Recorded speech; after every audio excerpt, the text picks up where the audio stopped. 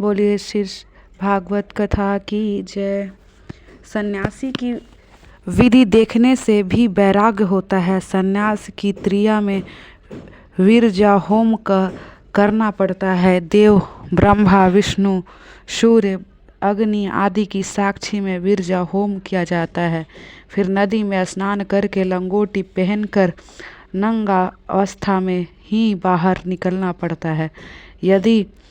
यदि नारायण का चिंतन करते करते कदम्ब ऋषि को भगवती मुक्ति मिलती। कपिल गीता का आरंभ हुआ। प्रसंग दिव्य है। पुत्र माता को उपदेश दे रहा है। भागवत के इस महत्व के प्रकरण के 9 अध्याय हैं। कपिल गीता का आरंभ 24वें अध्याय में है।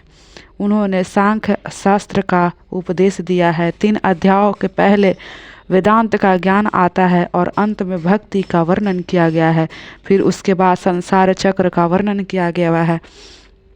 देवहूति ने सोचा कि ऋषियों ने मुझसे कहा था कि यह बालक माता का उद्धार करने के लिए आया है, तो कपिल भगवान के प्रश्न पूछी जिसका वे अवश्य उत्तर देंगे। देवहूति ने कपिल भगवान के पास आकर के उनसे कहा कि यदि आपकी अनुमति हो तो मैं आपसे एक प्रश्न पूछना चाहती हूँ।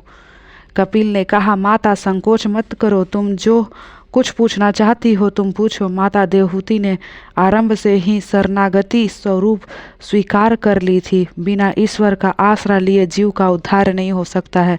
गीता में अर्जुन ने भी पहले शरणागति स्वीकार की थी और भगवान ने कहा था, शिष्य अस्त्यहम संधि मात्वम प्रपन्नम। अर्थात देवदूति ने पूछा, जग में सच्चा सुख कहाँ है? जगत में सच्चा आनंद कहाँ है? नित्य आनंद कहाँ है जिसका नाश ना हो सके? ऐसे आनंद बताओ। अनेक बार इंद्रियों का लालन पालन करने पर भी मुझे शांति नहीं मिलते हैं। समय बीतते जाने पर भान होता है कि विषयों के आनंद में कोई सार नहीं है। इंद्रियों ने जो कुछ भी मांगा वो सभी मैंने दिया, फिर भी तृप्ति नहीं हुई। इंद्रियों हर रोज नए नए विषय मांगती है। जीव को रस सुख की ओर खींचती है, आंखें रूप सुख की ओर और त्वचा स्पर्श सुख की ओर खींचती है। कई लोग याद करते रहते हैं कि 2 महीने से अमुक चीज खाई नहीं है, 2 महीने से वह चीज खाई नहीं है। यह तो वो याद रखते हैं, किंतु वही चीज आज कितनी बार खाई है वह याद नहीं रखते हैं। खाना पीना जीभ के संतोष दिए नहीं कि आंखें सताने लगती है कि 2 महीने से फिल्म नहीं देखी है। ऐसा सोचते ही रहते हैं कि इतने में पत्नी कहती है कि पास पड़ोस के लोग तो महीने से 4 बार फिल्म देखने जाते हैं, नई फिल्म तक उन्होंने देख ली है, हम कब जाएंगे? रुपए पैसे खर्च करके फिल्म देखने के लिए अंधेरे में बैठते हैं। उन्हें सुधारा हुआ कहे या बिगड़ा हुआ, कुछ तो कहते हैं कि हम तो धार्मिक फिल्म देखते हैं। धार्मिक चित्र में देखना नहीं चाहिए, क्योंकि राम का अभिनय करने वाला राम तो नहीं होता। राम का अभिनय करने वाला यदि पर स्त्री को काम भाव से देखता है तो उसकी फिल्म क्यों देखी जाए? राम जैसा ही कोई मनुष्य रूप पुरुष रूप का अभिनय निभाए तभी प्रभाव अच्छा रहेगा। आप कहेंगे तो मैं कटु बातें कर रहा हूँ,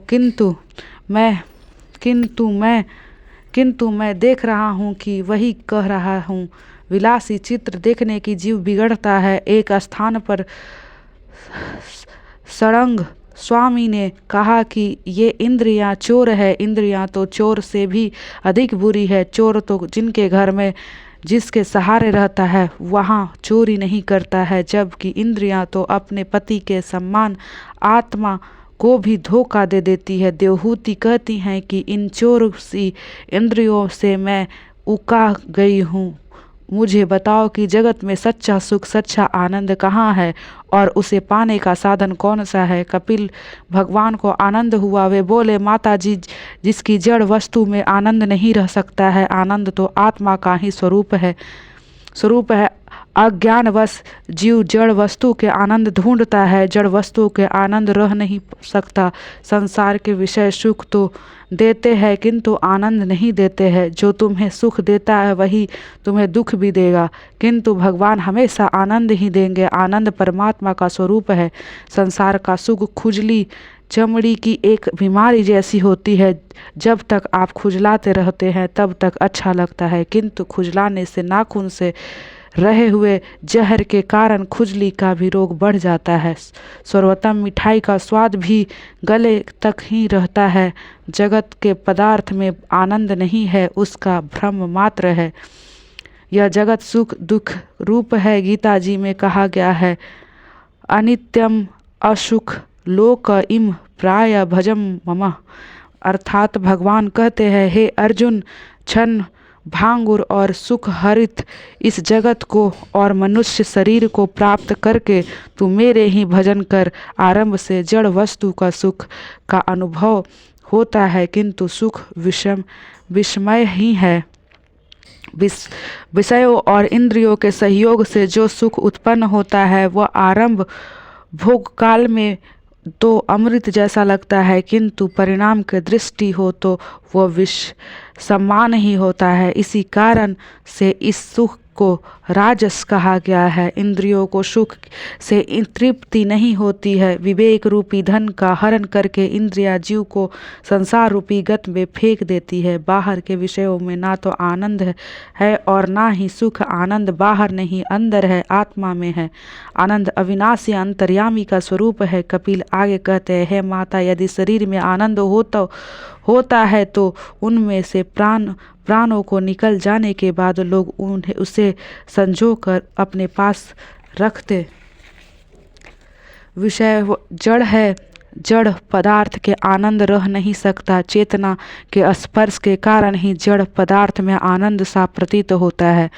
दो शरीर के स्पर्श से सुख नहीं मिलता, किंतु दो प्राणों के एक होने से आनंद का अनुभव मिलता है।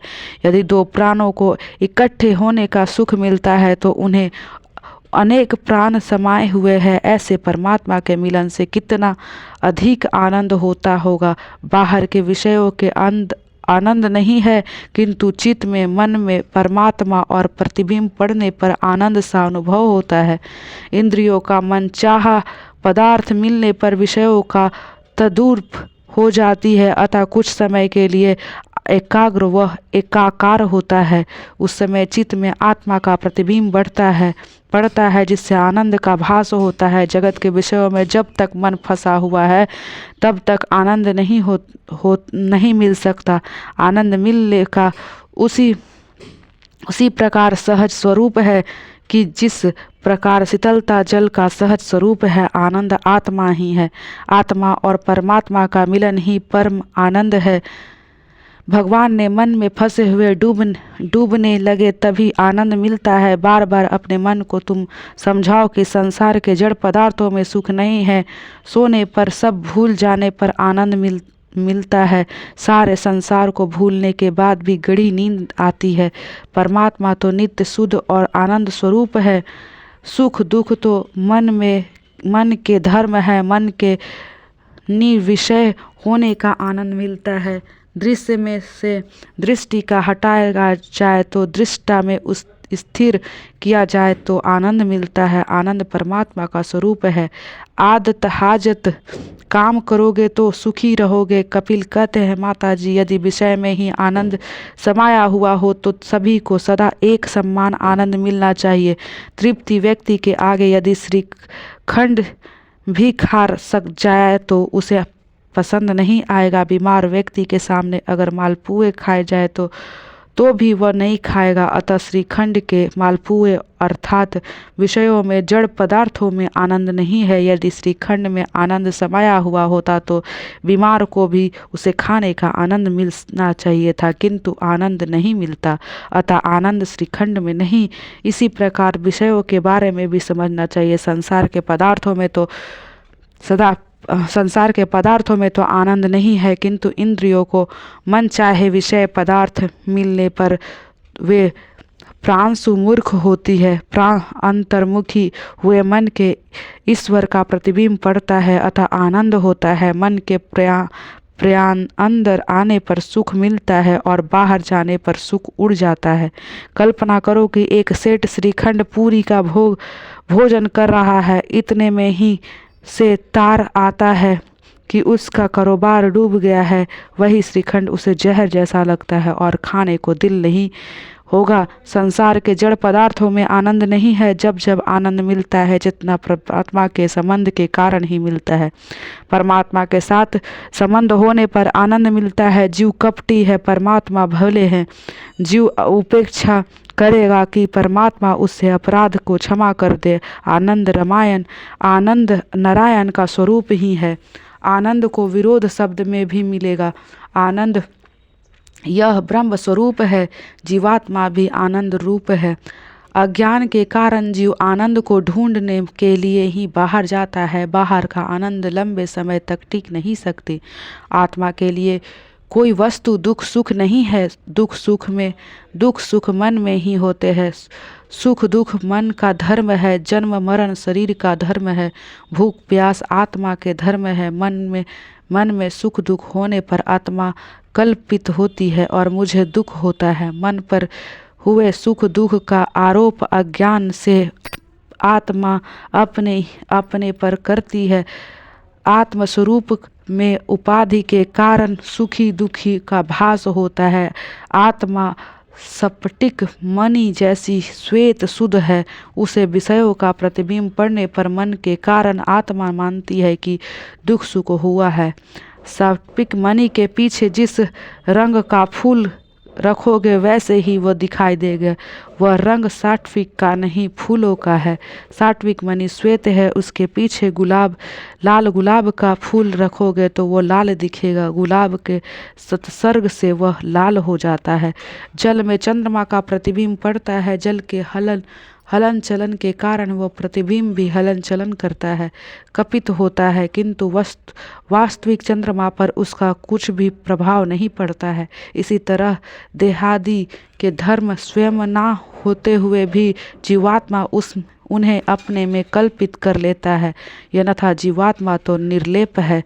जीवात्मा को देखे जाए हुए दाहित के धर्म इस प्रकार दूर होंगे। निष्काम भक्त भागवत धर्म के अनुसरण से, भगवान की कृपा से और उसी से प्राप्त भगवान पर के भक्ति योग के धीरे धीरे वह प्रतीत दूर होती है। जो भक्ति निष्ठा है वह समाप्त लोक में व्याप्त परमात्मा को देख सकेगा। संसार के विषयों में से सभी प्रकार से हटाया हुआ मन ईश्वर में लीन होता है।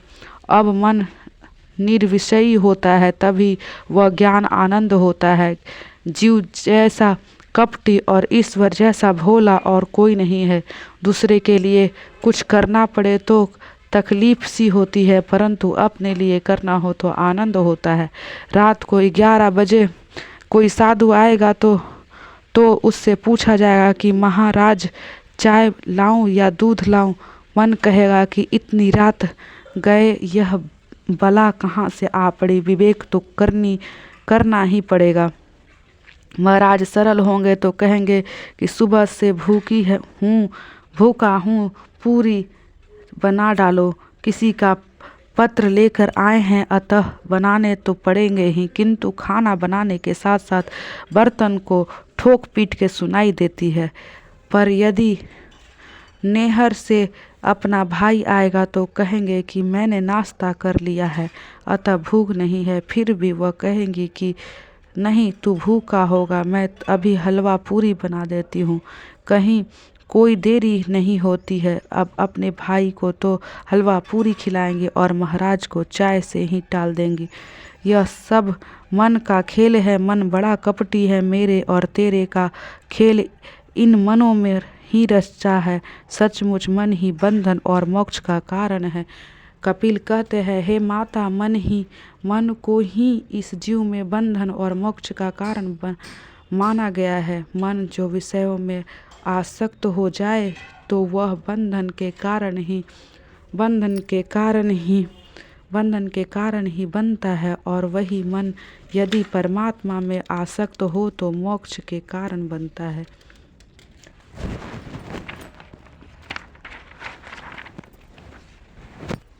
भगवान मनुष्य का शरीर या घर नहीं बल्कि हृदय देखते हैं। मन विशाल हो तो भगवान आते हैं। मन में छिपी हुई अहंता, ममता, अपने पराये की भावना ही मन को दुखी करती है। मन में यह धर्म आत्मा स्वरूप को भ्रासमान होने के कारण ही आत्मा स्वयं की सुख दुखी मानती है, परंतु वास्तविकता में यह आनंद स्वरूप है। मन को सुधारने पर सब कुछ सुधरता है, और मन के बिगड़ने पर सब कुछ बिगड़ता है। सुख दुख के दाता है। अमान्यता से ममता, उन्हें छोड़ देने पर भी आनंद रूप मिलता है। पाप करने के लिए किसी को प्रेरणा देने की जरूरत नहीं पड़ती है, किंतु पुण्य करने के लिए प्रेरणा देनी पड़ती है। मन अधोगामी है। मनुष्य का मन पानी की भांति गड्ढे की ओर ही बहता है। जल की तरल मन ही भी अंधोगामी है। जल की भ्रांति मन के स्वभाव भी ऊपर नहीं नीचे की ओर जाने का है। इस मन को ऊपर चढ़ाना है तो उसे परमात्मा के चरणों तक ले जाना। यंत्र और संग में आने पर पानी ऊपर चढ़ता है, इसी तरह मंत्र और संग में आने पर मन ऊपर चढ़ता है। मन को मंत्र का संग दो। मंत्र का संग होगा तो अधोगामी मन ऊर्ध्वगामी बनेगा। जिसके मन सुधरता है वह दूसरे को भी सुधार सकेगा। मन को सुधारने का और कोई साधन नहीं है। मन शब्द के अक्षरों का उलट देते हैं तो शब्द बनेगा नम, और नाम ही मन के सुधरेंगे। मन को स्थिर करने के लिए नाम जप की आवश्यकता है। जप से मन की मालिनता और चंचलता दूर होती है। अतः किसी भी मंत्र का जाप करो। सांसारिक विषयों के संग से बिगड़ता हुआ मन ईश्वर का ध्यान करने से सुधरता है। सभी के अंतर के परमात्मा है, फिर भी वे सभी को दुख दूर नहीं करते हैं। अंदर विराजे हुए चेतना रूपी परमात्मा मन बुद्धि को प्रकाश देते हैं। भगवान का स्वरूप ऐसा तेजोमय है कि हम जैसे साधारण जीव उन्हें देख नहीं पाते हैं। भगवान का निर्गुण स्वरूप सूक्ष्म होने के कारण दिखाई नहीं देता है, और भगवान का सहगुण स्वरूप तेजोमय है, अतः वह भी नहीं दिखाई देता है। इस कारण हम जैसे कोई लिए भगवान का नाम स्वरूप ही, मंत्र स्वरूप ही इष्ट है। भगवान चाहे तो स्वयं को छिपा ले, किंतु हमें नाम को छिपा नहीं सकते। नाम स्वरूप प्रकट है, अतः परमात्मा के किसी भी नाम स्वरूप का दृढ़ मन में आसरा ले लो। मंत्र के बिना मन शुद्धि नहीं हो सकती। बिगड़ती हुई मन ध्यान के साथ तप करने से सुधरेगा। लौकिक भावना से मन बिगड़ता है, और अलौकिक वासना से जागने पर वह सुधरेगा। वासना का नाश वासना से ही करना पड़ता है, अतः वासना का विनाश सत वासना से होगा। जब मनुष्य सोचेगा कि मुझे जन्म मरण के फेरों से मुक्त होना है, तब वह गोलोक कथा में जाना है। मुझे कई माता गर्भ में नहीं जाना है, मुझे इन्हीं जन्म में परमात्मा के दर्शन करने हैं। ऐसे भावना रखने से मन सुधरेगा। कांटा कांटे से निकलता है, उसी तरह वासना से ही वासना निकलता बाहर करती है। फिल्म देखने पर भी वासना दूर करनी है तो परीक्षा में पहला नंबर आने का वासना रखो।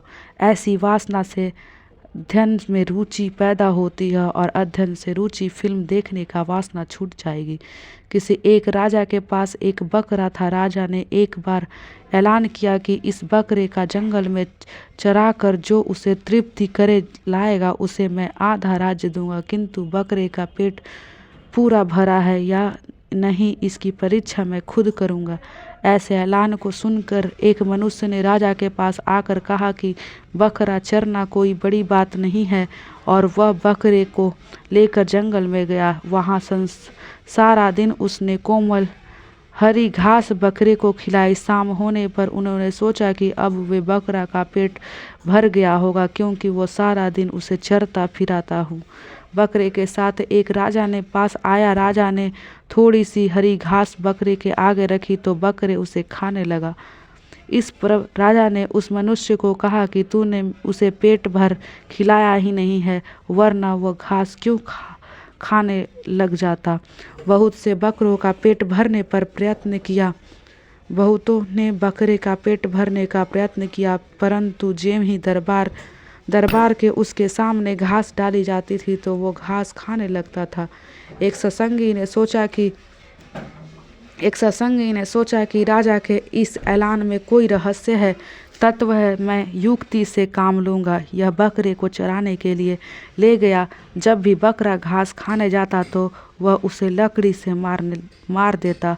सारे दिन में कोई बार ऐसा हुआ। अंत में बकरे ने सोचा कि यदि मैं घास खाने का प्रयत्न करूँगा तो मार खानी पड़ेगी। शाम को वह सत्संगी बकरे को लेकर के राज दरबार में लौटा। बकरे को घास बिल्कुल खिलाई नहीं थी, फिर भी उसने राजा से कहा, मैंने इसे पेट भर खिलाया है, अतः यह अब बिल्कुल भी घास नहीं खाएगा। कर लीजिए परीक्षा। राजा ने घास डाली, लेकिन उस बकरे ने खाया तो क्या उसने देखा और सूंघा तक नहीं। बकरे के मन में यह बात बैठ गई थी कि घास खाऊंगा तो मार पड़ेगी, अतः उसने घास भी नहीं खाई। यह बकरा हमारा मन ही है। बकरे को घास चराने ले जाने वाला जीवात्मा है, राजा परमात्मा है। मन को मारो, मन का अंकुश रखो, मन सुधरेगा तो जीवन सुधरेगा। मन में विवेक रूपी लकड़ी से रोज पीटो। भोग के जीवन तृप्ति नहीं हो सकता है, त्याग ही तृप्ति का समाई हुई है। मन अहंता और ममता से भरी हुई है। जब कुछ मांगे तब उसे विवेक पूर्वक लकड़ी से मारो तो वह वश में आ जाएगी। रामदास स्वामी के मन को बोध दिया है। दृढ़ वैराग्य, तीव्र भक्ति और यम नियमादि के अभ्यास से चित्त वश में होता है और स्थिर होता है। अंत में धीरे धीरे प्राकृतिक भी अदृश्य होती जाती है। संसार पर वैराग्य लाने पर एक का उपाय है। इस जगत में सुखी होने को दो ही मार्ग है, एक ज्ञान मार्ग और दूसरा भक्ति मार्ग। ज्ञान मार्ग कहता है कि सब कुछ छोड़ परमात्मा के पीछे जाना पड़ेगा। अब बिना वैराग्य के ज्ञान नहीं मिलता। ज्ञान मार्ग में वैराग्य मुख्य है, इसमें सब कुछ छोड़ देना पड़ता है। ज्ञानी सब कुछ छोड़ कर एक भगवान के ही पकड़ रहता है। इस मार्ग में त्याग मुख्य है। इस मार्ग में आचार्य शिव जी है। सर्वस्व का त्याग करना बड़ा ही कठिन काम है। भक्ति मार्ग कहता है कि सर्वस्व का त्याग कठिन है, इसीलिए उपेक्षा तो बेहतर ही की है। सभी कुछ में ईश्वर है, ऐसा मानकर सभी के विवेक पूर्वक प्रेम करो। इस मार्ग में भागवत भाव रखता समर्पण करता है। भक्ति मार्ग में कुछ भी छोड़ने की बात नहीं है। वैष्णव कहेगा कि केले के छिलके में भी भगवान है, मैं इसे गाय को खिलाऊंगा। भक्ति मार्ग में समर्पण मुखी है। इस मार्ग में आचार्य श्री कृष्ण है। भगवान श्री कृष्ण हर किसी पर प्रेम करते थे। इस मार्ग में हर किसी के साथ प्रेम करना होता है। भगवान जैसे प्रेमी ना तो कोई हुआ है और ना कोई होगा। एक बार भृंगु ऋषि ने वैकुंठ में गए। भगवान सो रहे थे, लक्ष्मी जी चरण सेवा कर रही थी। भृंगु को लगा कि यह तो कोई विलासी लगता है, उसे बड़ा देव कौन कहे। ऋषि तो परीक्षा करने ही आए थे, अतः उन्होंने सोए हुए भगवान की छाती पर लात मार दी। भृंगु ऋषि के लात मारी, किंतु उस लात मारने वाले से भी मेरा कन्हैया तो प्रेम ही करता है। भगवान ने ऋषि को कहा, मेरी छाती बड़ी कठोर है। उन्होंने अपने आपके चरण कोमल है, शायद आपके चरणों में चोट आई होगी। मैं इतना कह करके भगवान ऋषि के चरणों दबाने लगे। हाँ, कई जगत में ऐसा प्रेम करने वाला कहाँ दूसरा है। विष देने वाले भी कन्हैया का प्यारा कराता है। लक्ष्मी जी को बुरा लगा। वे बोली, ऐसी भी कोई परीक्षा हो सकती है? परीक्षा करने का यह ढंग अच्छा नहीं है। मैं ब्राह्मणों के घर नहीं जाऊंगी। लक्ष्मी ने ब्राह्मणों का त्याग कर दिया, इसीलिए सम्मान ब्राह्मण गरीब ही रह जाते हैं। ज्ञानी मानते हैं कि जब से यह शरीर संबंध हुआ है तब से इसी दुख हुआ है, अंत में वे शरीर से भी प्रेम नहीं करते। प्रेम करना है तो सबसे प्रेम करो, किसी से प्रेम नहीं करना तो कोई बात नहीं, किंतु अपनी शरीर से प्रेम करो ही नहीं। एक परमात्मा से प्रेम करो, सभी से प्रेम करो अथवा सभी का त्याग करो, और यदि तुम सभी का त्याग नहीं कर सकते तो सभी का ईश्वर भाव रखकर सभी से प्रेम करो। सभी में ममता का त्याग करो अथवा सब कुछ ईश्वर का समर्पित करने पर कर्म फलों का त्याग करो। सभी के प्रति ममता मेरापन होने पर ही समर्पण मार्ग है, अमुक के प्रति की ही ममता होने पर स्वर मार्ग है। अतः आज तो सभी का स्वार्थ मार्गी है। पैसा मारो परमेश्वर ने पत्नी मारी गुरु, छया छोकरा मान सलीग्राम पूजा करी कोई करूं। अर्थात धन संपत्ति मेरे परमेश्वर है, मेरी पत्नी ही मेरी गुरु है और मेरे संतान ही शालिग्राम है। अब मैं पूजा करूं तो किसकी? जो संसार में जो जागृत हुआ होता है वह कहीं कन्हैया को पा नहीं सकता। कंस काम और अभिमान है, कहीं कभी भी कारागृह में रखता है। जागृत कौन है? जो मन में विषय सुखों का त्याग करके भगवान के नाम का जाप करे, वही जागृत को कौन जगराता हुआ है। तुलसीदास जी कहते हैं, जानिए तब ही जीव जग जागा, जब सब विषय विलास विरागा। अर्थात जब सभी के विषय विलास के प्रति वैराग उत्पन्न हो जाता है तब मानो कि वह जीव जागा है। कपिल कहते हैं, माता जी यह मन अनादिकाल से संसार में भटकता आया है, अथवा आसक्ति अथवा सत्संग में मन सुधरता है, वासना और त्याग करने से मन सुधरता है। विवेक रूपी पुरुष संग अथवा आसक्ति के आत्मा का बंधन मानते हैं, किंतु संत महात्माओं के प्रति आसक्ति या संग हो जाए तो मोक्ष के द्वार पर खुल जाते हैं। अतः सत्संग करो। देवहूति ने कहा, आप सत्संग करने की आज्ञा देते हैं, किंतु मुझे तो इस संसार के कोई संत दिखाई नहीं पड़ता। कपिल भगवान ने कहा, माता अब मानो कि तुम ही पापी हो। पाप होने पर तो संत का मिलना होने पर भी सद्भावना नहीं होती। संत को ढूंढना तुम कहाँ जाओगी? तुम ही संत बनोगी तो तुम संत मिलेंगे। एकानाथ तुकाराम नरसिंह और गृहस्थ आश्रमी थे। वे घर में रहकर ही संत बने थे। संतों के लक्षण जीवों में उतारोगे तो संत बन सकोगे। बिना सत्संग के सुख नहीं मिलता। स्वयं संत बनो, बिना सच्चा संत नहीं मिलेगा। जैसी दृष्टि वैसी सृष्टि। क्रोध के कारण हनुमान जी ने श्वेत फूल भी लाल दिखाई देते थे। एकानाथ महाराज रामायण के सुंदरकांड की कथा कर रहे थे। इस सुंदरकांड में सभी कुछ सुंदर है। सुंदरकांड का यह नाम इसीलिए रखा गया क्योंकि इसमें हनुमान जी को माता सीता का पराभक्ति के दर्शन हुए थे। ब्रह्मचर्य और राम नाम हो तो इस संसार सागर में पार किए जा सकते हैं। हनुमान जी एकानाथ महाराज कथा में कहते हैं कि जब हनुमान जी अशोक वन में आए तब वो वाटिका में सफ़ेद फूल खिल रहे थे। जहाँ सीता जी वहाँ अशोक वन, जहाँ भक्ति वहाँ अशोक शोक का भाव है। हनुमान जी वहाँ कथा सुनने के लिए आए थे। उन्होंने प्रकट होकर विरोध करते हुए कहा कि महाराज आप गलत कह रहे हैं। अशोक वन में उस समय लाल फूल खिलते हुए थे, सफ़ेद नहीं। मैंने अपनी आंखों से प्रत्यक्ष देखा था। एकानाथ महाराज ने कहा कि मैंने तो अपने सीताराम से मानकर कथा कह रहा हूँ और आप मुझे जैसे दिखाई दे रहा है वैसे ही कह रहा हूँ। अंत में इस झगड़े को लेकर दोनों श्री राम के पास गए। रामचंद्र जी ने कहा कि आप दोनों की बातें सही है। क्रोध वेश में लाल आंखें के कारण हनुमान जी को फूल लाल दिखाई दे रहे थे, अथवा फूल तो सफ़ेद ही थी। जिसकी दृष्टि जैसी होगी वैसे उसकी सृष्टि दिखाई देती है। दुर्योधन के जगत में कोई भी संत नहीं मिला। उन्होंने सभी को दुर्जन ही पाया। युधिष्ठिर को कई दुर्जन नहीं मिला, उसे सभी सर्जन ही पाया। संतों के धर्म लक्षण में तितिक्षा को प्राधान्य दिया गया है।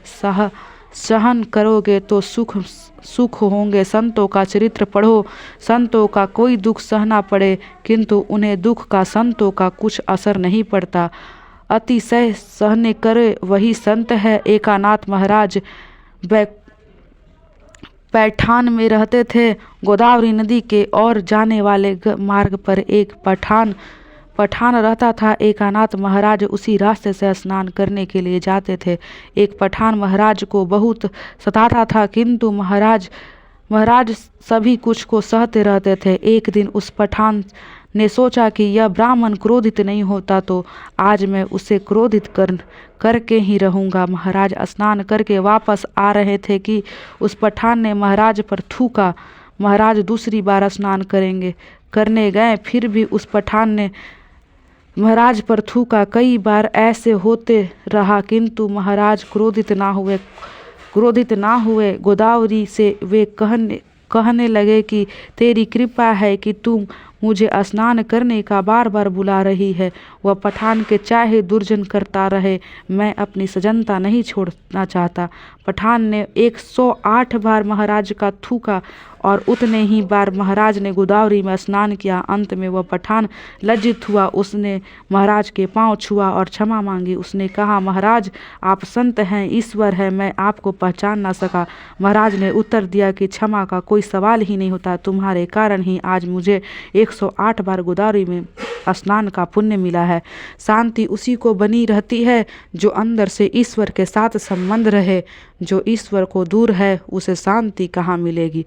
कपिल जी कहते हैं, माता जो बहुत सहन करता है वही संत बन सकता है। अतिशय विपत्ति में भी जो ईश्वर का अनुग्रह समझे वही महान वैष्णव है। दृष्टि लोगों की किसी को भी अच्छा नहीं लग सकता है। दृष्टि के तुकाराम को गधे पर बिठाया तो तुकाराम की पत्नी को दुख हुआ किंतु तुकाराम ने उसे बोला कि मेरी विठलानाथ जी, मेरे लिए जो गरुड़ है उसे पर बैठा हुआ हूँ। मैं तो सभी को गधा देखा किंतु तुकाराम जी अपनी पत्नी से गरुड़ देखा। जगत में सब कुछ सहते रहो। जगत का अंधकार का अस्तित्व है, अतः प्रकाश का मूल्य है। संतों का पहला लक्षण तितिक्षा है तो दूसरा है करुणा, तीसरा लक्षण है सभी देहधारियों के प्रति शुद्ध हृदय भाव, अजात शत्रु, शांत सरल स्वभाव आदि सभी संतों का लक्षण है। शांति की परीक्षा प्रतिकूलता में ही होती है। धन संपत्ति तो प्रतिदिन संबंध रखते हैं किंतु उसके साथ साथ परमात्मा से भी संबंध रखोगे तो संपत्ति भी मिलेगा और शांति भी। भागवत कर कहते हैं कि इस जीवन में गढ़ी भी केवल पटरी ही बनती है। ईश्वर के लिए तो कुछ भी ना कुछ त्याग करो। संत पुरुष प्रभु के हितार्थ सर्वस्व का त्याग करते हैं। मत कुरते व्यक्त मणि व्यक्त स्वरूप सर्जन बंधवा। संत मेरे अर्थात परमात्मा के संपूर्ण कर्म और अपने सगे संबंधियों का त्याग करते हैं। संत परमात्मा के लिए संसार के विषयों का बुद्धिपूर्वक त्याग करते हैं। भगवान परीक्षा करे ही अपनाते हैं। भूखे मारू भूखे सुहाड़ू, तात ही पांडु छाल पाछी करिस न्याल।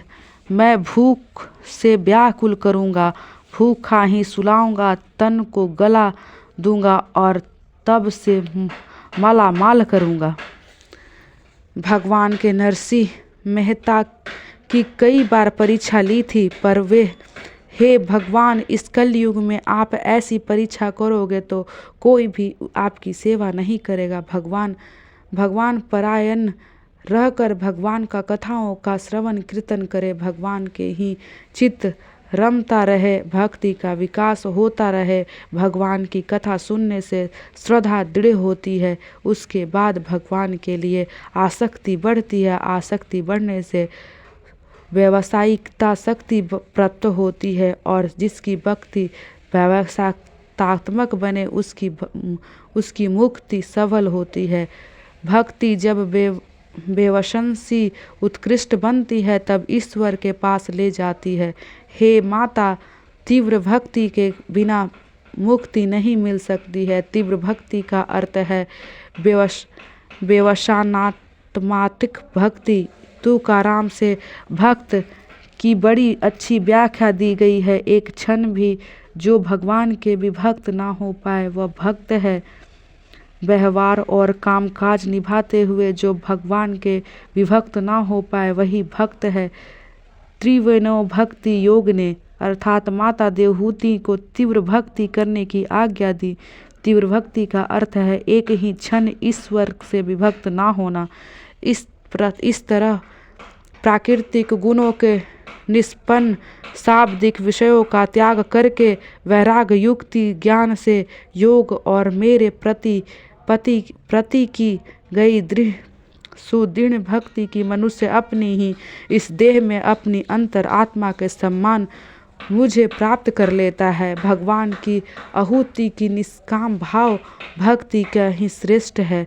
कपिल भगवान माता देवहूति से कहते हैं, यह सब तो दृश्यमान है, सत्य नहीं है। स्वप्न असत्य होते हुए भी सुख दुख देते हैं। जिस प्रकार स्वप्न देखने वाले को मन मस्तिष्क बिना कटे भी उसके कट जाते हैं, भ्रांति होती है, उसी तरह वह रोने लगेगा। उसी प्रकार अविद्या के कारण भी जीवात्मा के सब भ्रमित होती रहती है।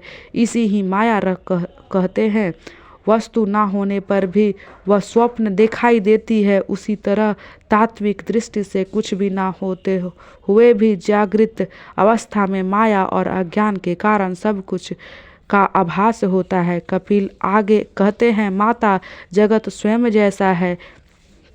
यह सिद्धांत भागवत का बार बार इसलिए कहा गया है कि जिसके जगत में पदार्थ के लिए मोह न जागे, संसार के विषयों के प्रति पूर्ण वैराग हो, इसीलिए यह कहा गया है। बोलिए श्रीमद् भागवत कथा की जय।